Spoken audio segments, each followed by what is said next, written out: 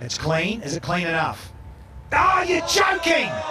VK with a one-hander. Pop this in the vault locker. Even though it's a warm-up game, that is a cracker.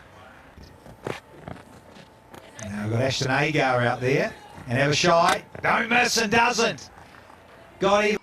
তো hello বন্ধুরা, sports আলোচনায় চ্যানেলে আপনাদের স্বাগত জানাই। তো আজকে একটি ক্রিকেট সংক্রান্ত অন্য একটি ভিন্ন ধরনের আপডেট নিয়ে উপস্থিত হয়েছি।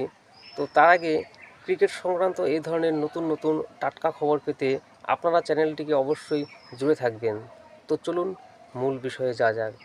দেশের মাঠে যখন টি-20 ওয়ার্ল্ড কাপ খেলছে ভারতীয় দল, সেই বিশ্বকাপের মাঝেই শামির জন্য একটি দুঃসংবাদ বয়ে আসলো। তার কারণ মোহাম্মদ শামির জন্য ভারতীয় দলের কামব্যাকের রাস্তা কার্যত বন্ধ হয়েই গেল বলা যায়।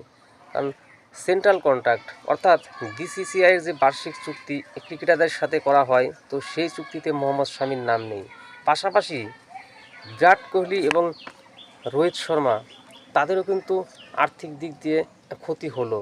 তো কী সেই ক্ষতি? কারণ আমরা জানি যে এর আগে সর্বোচ্চ A+ ক্যাটাগরিতে বিরাট কোহলি এবং রোহিত শর্মা এই দুজনের নাম কিন্তু ছিল।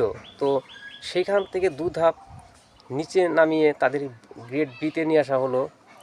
এর ফলে তাদের কিন্তু আর্থিক দিক দিয়ে কিন্তু একটা ক্ষতি হলো। আর মোহাম্মদ শামি, তার নাম কিন্তু একেবারেই নেই। তো আমরা জানি যে চ্যাম্পিয়ন্স ট্রফিতে শেষবার মোহাম্মদ শামি তিনি খেলেন। তো এর আগেও আমরা দেখেছি যে তিনি বিশ্বকাপে একদিনের ক্রিকেটে সবথেকে হাইয়েস্ট উইকেট টেকার ছিলেন তিনি। তো এরপর তিনি চোট আঘাতে তিনি ভুগতে থাকেন। তো তারপরে তিনি ফার্স্ট ক্লাস ক্রিকেট যেরকম সৈয়দ মুশতাক আলী টি-20 ট্রফি, বিজয় হাজার ট্রফিতে তিনি কিন্তু অসম্ভব ভালো পারফর্ম করেন। তারপরও তাকে কিন্তু উপেক্ষিত করা হচ্ছে বারে বারে, বিশেষ করে গৌতম গম্ভীরের জমানায়। এবং রিসেন্টলি বেঙ্গল ভার্সেস অন্ধ্রপ্রদেশের মধ্যে যে রঞ্জি ট্রফির কোয়ার্টার ফাইনাল খেলা হচ্ছে, সেখানে মোহাম্মদ শামি ব্যাট হাতেও তিনি কিন্তু একটা দুর্দান্ত হাফ সেঞ্চুরি করেন। পাশাপাশি বলেও তিনি ভালো পারফর্ম করে যাচ্ছেন। তারপরও তাকে কিন্তু উপেক্ষিত করা হচ্ছে। এবং বিসিসিআইয়ের এই সেন্ট্রাল কন্ট্রাক্ট যে প্রকাশিত হয়েছে, এতে শামির নাম নেই। ফলে কার্যত ধরে নেওয়া যায় যে ভারতীয় দলে কার্যত শামির কিন্তু দরজা কিন্তু বন্ধ হয়েই গেল বলা যায়। কারণ আমরা যদি লক্ষ্য করি যে বিসিসিআইয়ের যে সেন্ট্রাল কন্ট্রাক্ট প্রকাশিত হয়েছে, এবার 3টি ক্যাটাগরি রাখা হয়েছে: সর্বোচ্চ গ্রেড A, গ্রেড B এবং গ্রেড C। তো গ্রেড এতে 3 জন ক্রিকেটারকে রাখা হয়েছে। তো সেক্ষেত্রে কারা কারা সেই 3 cricketer? Shubman Gill test captain এবং ওডিআই ক্যাপ্টেন, জসপ্রীত বুমরা এবং রবীন্দ্র জাদেজা। এর মধ্যে শুভমান গিল এবং জসপ্রীত বুমরা তারা 3টি ফরম্যাটেই খেলেন। এবং জাদেজা তিনি ইতিমধ্যে টি-20 থেকে অবসর নিয়ে নিয়েছেন। তো এখন তিনি দুটো ফরম্যাটে খেলেন, ওডিআই ফরম্যাট এবং টেস্ট ক্রিকেট। তো এই 3 জনকে গ্রেড এতে রাখা হয়েছে। তারা সর্বোচ্চ পারিশ্রমিক পাবেন।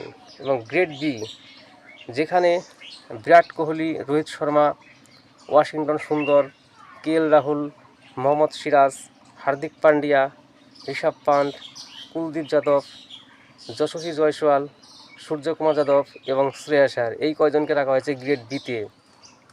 আর গ্রেড সিতে কাদের রাখা হয়েছে? যে অক্ষর প্যাটেল, তিলক বর্মা, রিঙ্কু সিং, শিবম দুবে, সঞ্জু স্যামসন, অর্শদীপ সিং, প্রসিদ্ধ কৃষ্ণা, তারপর ধ্রুব জুরেল, বরুণ চক্রবর্তী, নীতিশ কুমার রেড্ডি, অভিষেক শর্মা, সাই সুদর্শন, রবি বিষ্ণয় এবং ঋতুরাজ গায়কোয়াদ।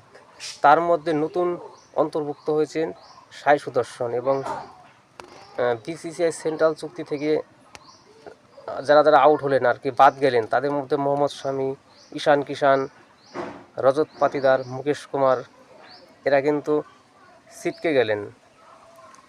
তো এই ছিল আপডেট। এরপরে যদি নতুন কোনো ইনফরমেশন আসে, অন্য একটি ভিডিওতে আলোচনা করব। আজ এই পর্যন্তই, ধন্যবাদ।